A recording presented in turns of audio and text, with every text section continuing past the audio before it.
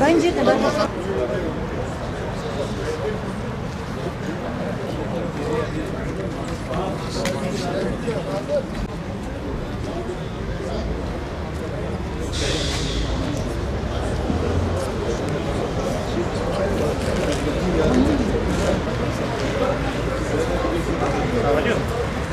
Gerçek anlamda yaylacılık yapan arkadaşlarımızın ne kadar zorluk çektiğini en iyi bilenlerden birisiyiz. Çünkü bu süreç içerisinde bir yaylaya sadece gidip bir fotoğraf çektirip ondan sonra o 1 saat, yarım saatlik süreçten sonra orayı terk etmeyle bu işler olmaz. Empati duymamız lazım.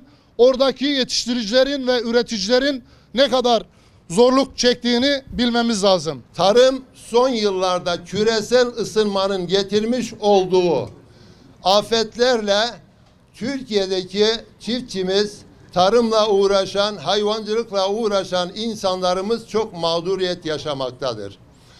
Bir gün, bir gecede donla bir yıllık ürününüzü kaybediyor.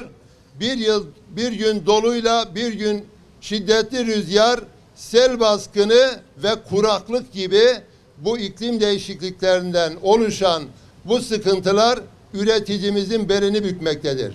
Bunun için bundan sonra üreticimize dokunan her el kutsaldır.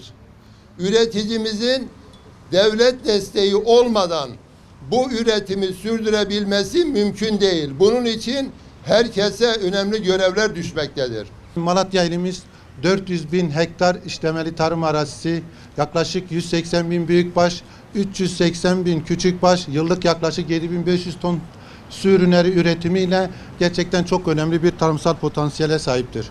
Gerek ilin ekonomisine yaptığı katkı ve gerekse sosyal yaşam içerisindeki payı düşünüldüğünde tüm dünyada olduğu gibi tarım ilimiz için de gerçekten vazgeçilmez stratejik bir sektördür. Çoban Evi projemizde özellikle göçer hayvancılık yapan ailelerin yaşam şartlarını iyileştirerek ve bunlar taşımalı olduğu için de gittikleri yerlerde götürüp geri getirmek şartıyla daha iyi bir barınma imkanlarına sahip olacaklar. Bu amaçla Çoban Evi projemizden ilimize gönderilen konteynerlardan 100 tane AFAD bu konuda bize uygun görüş verdi. İlk etapta 40 tanesini biraz olur geç geldiği için ama yılbaşından sonra 60 tane daha inşallah bu şekilde elden geçirip altına taşınabilirliğini de sağlayarak yaklaşık 100 tane çoban evini çiftçilerimizin hizmetine sunacağız Sayın Valim. Burada hepsi tabii bedava değil Sayın Valim. Maliyet yaklaşık 55 bin lira. Yarısını çiftçimiz karşılıyor. Yarısını da bakanlık olarak biz karşılıyoruz Sayın Valim. Yine mevcut su kaynaklarının daha verimli kullanılması ve değerlendirilmesi adına bu yıl 240 adet, şimdiye kadar da 338 adet beton sıvat ve 4500 tane de metal sıvat alarak çiftçilerimizin kullanımına sunduk. Bu özellikle metal sıvatları yazın yaylaya götürüp suluk olarak kullanılıyor. Kışın da işletmelerine getirip yemlik olarak temiz şartlarda hayvanlarımız bunu yemlik olarak kullanıyorlar. Bunun yanında mera ve yaylada otlatma yapan çobanlarımızın arazide gezerken Sayın Valim ihtiyaç duyabilecekleri alet ve malzemelerin içerdiği çoban çantalarımız var. İçinde yağmurluğundan, lambasından, su matarasına kadar, özür diliyorum, tırnak makasına kadar tüm malzemeleri barındıran çoban çantalarımız var. Bunları da çiftçilerimize dağıtacağız.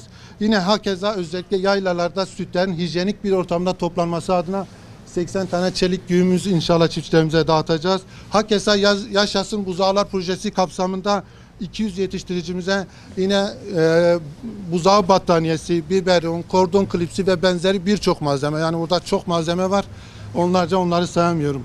Sayın Valim, bunun yanında bu yıl gerçekten biz Kızılay Başkanlığımızla da güzel projeler uyguladık. Hem bitkisel üretim alanında hem de kırsalda yaşayan çiftçilerimize katkı sunmak adına Sayın Valim, Kızılay depomuzda bulunan battaniye, uyku tulumu, giysi malzemelerini alıp Kızılay Başkanlığımızla beraber götürdük. Dağ başında, yaylada üreticilerimize bunların teslimini yaptık.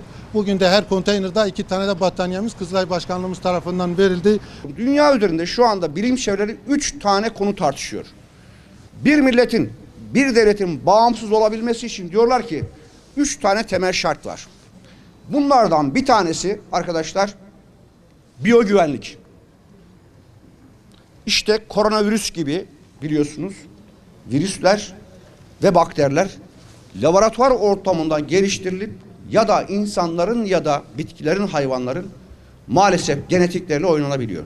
Dolayısıyla biyogüvenlik konusu birinci konumuz. İkinci konu siber güvenlik.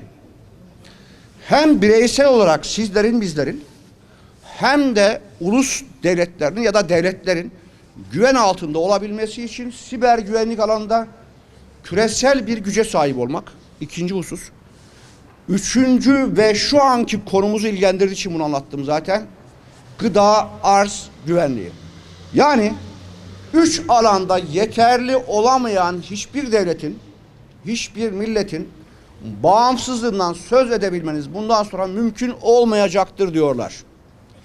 O nedenle özellikle tarım ve hayvancılığın desteklenmesi, iklim değişikliği ve küresel ısınmayla birlikte ürün desenlerindeki değişim ve Malatya dahil olmak üzere önümüzdeki 10'lu yıllarda hangi rakımlarda hangi ürünlere doğru evrilebileceğimizi çalışmamız gerekiyor. Ve buna ilişkin sürdürülebilir bir gıda arz güvenliği politikasını şehirlerinde çalışması gerekir. Nitekim İnan Üniversitesi, Turgutluoğlu Üniversitesi, Valiliğimiz, Tarım Bakanlığımız da buna ilişkin önümüzdeki süreçte bir proje hazırlığı içindeyiz. Bunu kamuoyuna daha sonra duyuracağız. Zaten kamerayı kapatmıyorum. Hayırlı olsun.